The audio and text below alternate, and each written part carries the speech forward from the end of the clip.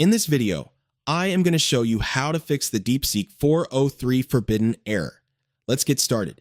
To fix this, try using a VPN and connect to regions like Singapore, the US, or Japan. If you're already using a VPN, switch to a different server because some IPs may be blocked. Another reason could be account restrictions. Try logging out and logging back in, or reset your password.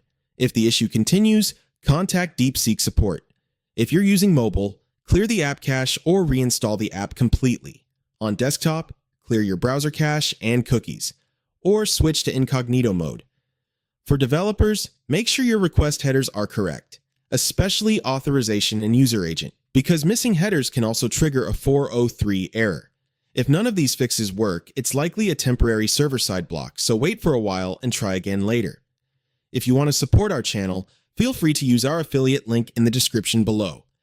Thanks for watching, and I will see you in my next video.